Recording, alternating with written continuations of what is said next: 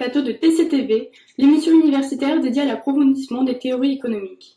Aujourd'hui, nous avons l'immense honneur de recevoir Edmund Phelps, un économiste américain qui a reçu le prix de la Banque de Suède en sciences économiques en mémoire d'Alfred Nobel le 9 octobre 2006 pour son analyse des arbitrages intertemporels en politique macroéconomique. Il est actuellement professeur d'économie à l'Université Columbia à New York. On le caractérise parfois d'économiste à mi-chemin entre un Schumpeter cultivé et un Marx optimiste.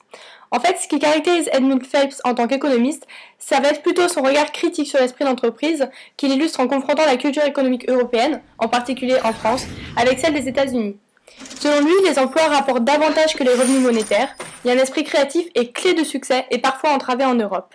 Il est également l'inventeur d'une loi économique qui propose de respecter entre les générations une règle éthique, c'est-à-dire en fait de faire à autrui ce que l'on aimerait qu'autrui nous fasse plus tard, c'est ce qu'on appelle la règle d'or de Phelps.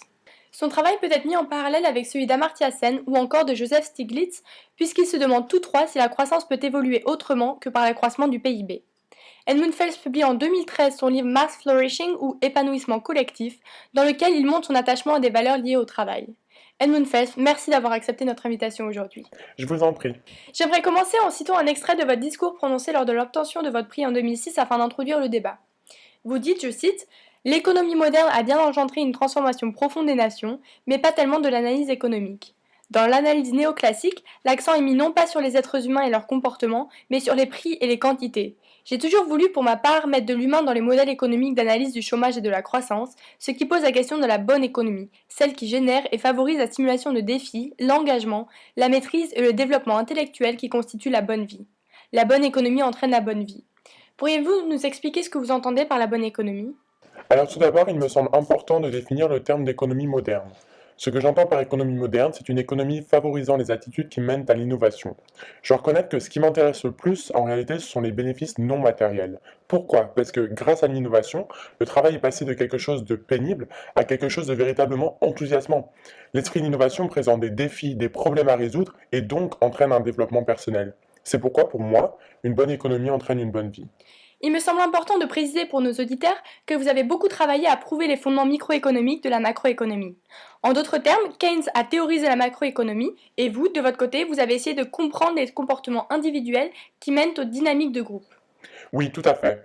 La plus grande critique que j'adresse aux économies actuelles, c'est le fait que les gouvernements ne reconnaissent que ce dont Schumpeter parlait, c'est-à-dire que, par exemple, un scientifique ou un navigateur découvre quelque chose et ensuite les entrepreneurs trouvent une application commerciale à ces découvertes. Or, cela induit que seuls les scientifiques et navigateurs sont créateurs et innovateurs. Je ne suis pour ma part absolument pas d'accord avec ceci. Pour moi, tout le monde est capable d'innover. Vous critiquez donc l'économie que l'on pourrait qualifier de conventionnelle que vous trouvez trop éloignée de la réalité. En tant qu'étudiante dans le domaine du commerce, je suis séduite par votre démarche d'introduire une volonté d'humanisme dans l'économie et par ce que vous avez dit précédemment, à savoir que la richesse et le bien-être proviennent très largement de facteurs immatériels. En revanche, de ce que j'ai appris à propos de Schumpeter, il me semble qu'il mettait beaucoup l'accent sur le rôle des entrepreneurs, notamment au sujet de l'innovation. D'autre part, après avoir fait des recherches sur les travaux qui vous ont valu le prix Nobel, j'étais particulièrement intéressée par votre volonté de développer la théorie des fondements microéconomiques à la macroéconomie.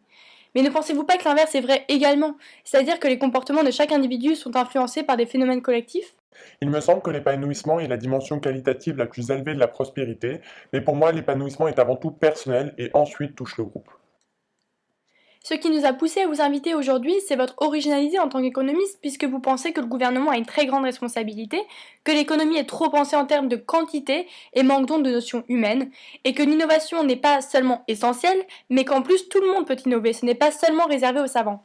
Comment faire pour pousser à l'innovation selon vous ? Je pense que les gouvernements devraient réformer les programmes des collèges et lycées pour créer une meilleure attitude envers le travail et la créativité.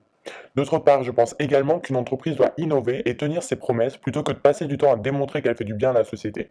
La France devrait donc accepter le fait que certaines personnes vont aller de l'avant alors que d'autres vont échouer. Les inégalités me paraissent inévitables dans la recherche de prospérité.